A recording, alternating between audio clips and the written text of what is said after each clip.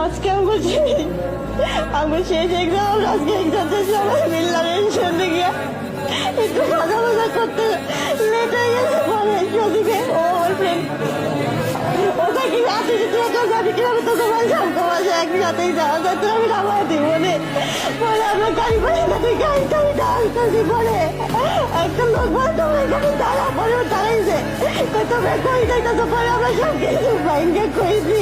পরে ওর কথাটা শুনে আমি রাস্তায় আমার বাড়ি আমার টাইম না, আমার টাইম দিয়ে একটা 10 কিলোমিটার লেগে গেছে। কতগুলো লোক দেখছিল, তাও কিছু বলে না। আমাদের কিসের সমাজ, এটা কিসের সমাজ বলে?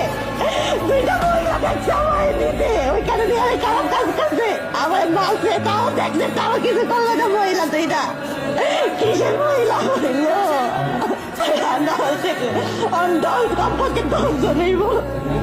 আমার বোন প্রথম আমার বোন দুটাকে ফোন দিয়ে টাকার বাজাতে 10,000 টাকা। আমি বললাম যে আমার বাবা নাই, আমি কই টাকা আনবো?